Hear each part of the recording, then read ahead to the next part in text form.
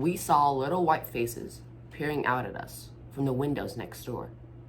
We sometimes heard children playing in the backyard in the early morning or after school. But when we came outside, they ran inside. But by November, when it started to get dark earlier, we didn't see or hear them anymore. Most of the white families had moved from our new neighborhood of short, curving streets, hidden near the westernmost city limits a few years before our family's arrival. But there were several white families still living on our block when we moved in that fall.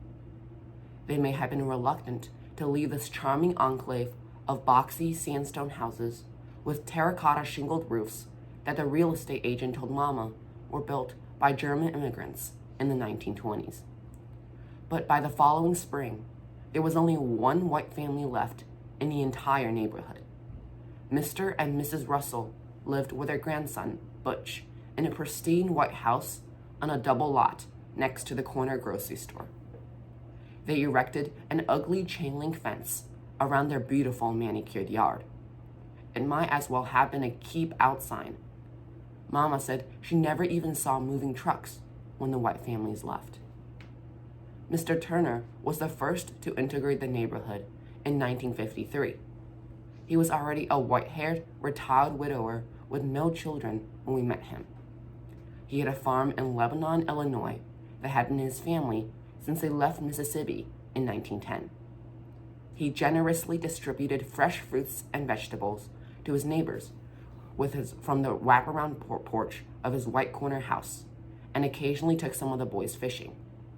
He and his wife had lived on Lawton Street in Mill Creek when he returned from France at the end of World War I.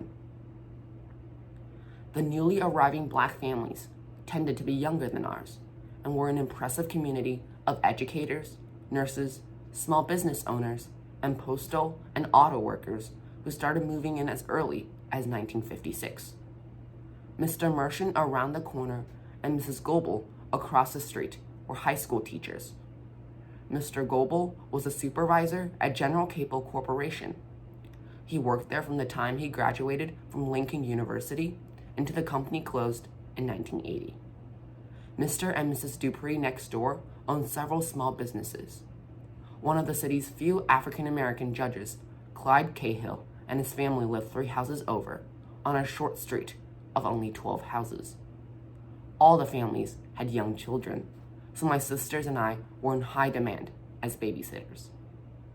Our house, and especially the large front porch, quickly became a hub of neighborhood activity. Music streamed through the open doors and windows, the smell of fresh popcorn wafted, and sweet red Kool-Aid flowed. One summer evening, we lost track of time, and Daddy suddenly appeared on the sidewalk under the huge sycamore tree in front of our house. Kids parted like the Red Sea, and teenage boys sheepishly hunched their shoulders and lowered their chins, backing away and mumbling, "Hi, Mr. Ross." Daddy walked up the steps to the front porch with a slight limp that rocked him heavily from the side to side, a result of the accident that both crushed his left leg and bankrolled our improved living conditions.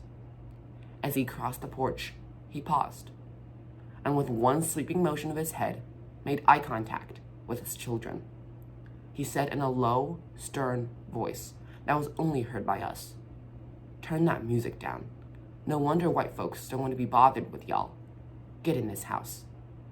I fell in line with my sisters as we followed Daddy inside, but I couldn't help but wonder, what white folks?